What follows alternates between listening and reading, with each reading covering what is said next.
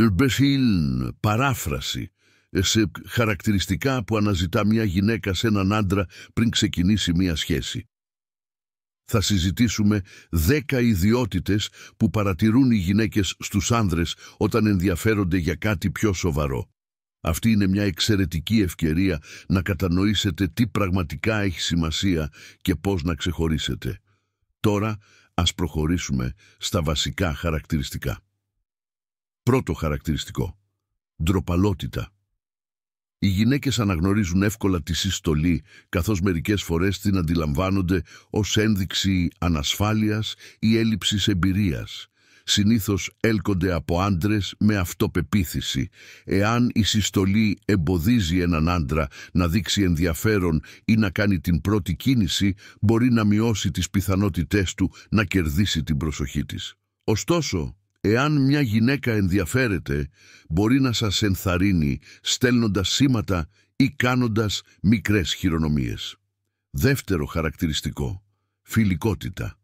Ένας φιλικός άντρας τραβάει πάντα την προσοχή. Το πώς συμπεριφέρεστε σε άλλους ανθρώπους, όπως τους φίλους σας ή ακόμα και τον σερβιτόρο σας, έχει μεγάλη σημασία. Ένα ειλικρινές χαμόγελο και καλοσύνη μπορούν να κερδίσουν μια γυναίκα και να δημιουργήσουν μια συναισθηματική σύνδεση.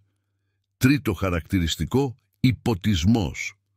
Ο υποτισμός δεν χάνει τη συνάφειά του, ξεπερνά τις χειρονομίες όπως το άνοιγμα των θυρών ή το δώρο λουλουδιών.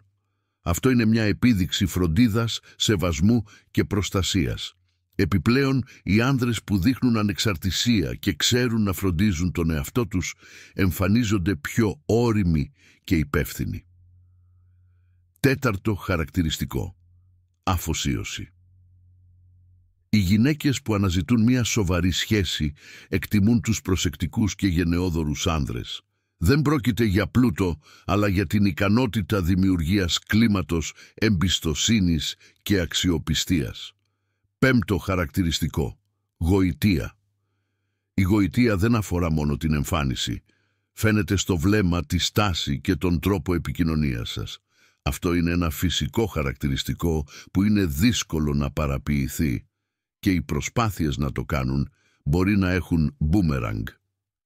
Έκτο χαρακτηριστικό. Αίσθηση του χιούμορ. Η καλή αίσθηση του χιούμορ βοηθά να αντιμετωπίσετε απροσδόκητες καταστάσεις και να δημιουργήσετε μια ανάλαφρη, χαλαρή ατμόσφαιρα.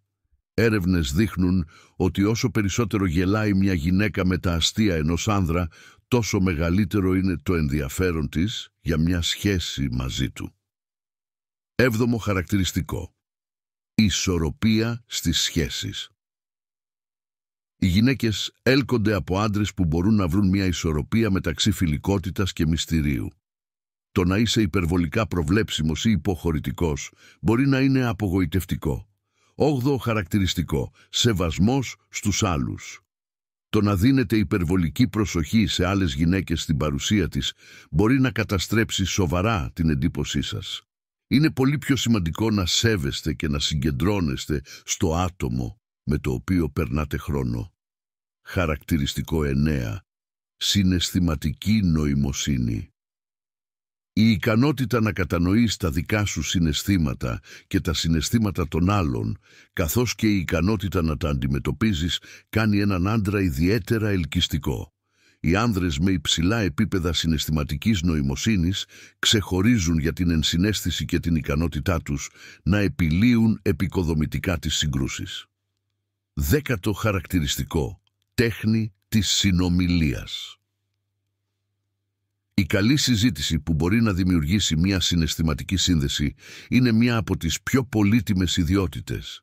Οι γυναίκες συχνά παίρνουν αποφάσεις με βάση τα συναισθήματα και η ικανότητα να έχουν συναισθηματικά φορτισμένες συνομιλίες μπορεί να είναι κρίσιμος παράγοντας για την οικοδόμηση μιας ιδιαίτερης σχέσης, ακόμη και χωρίς φανταχτερία εμφάνιση ή πλούτο.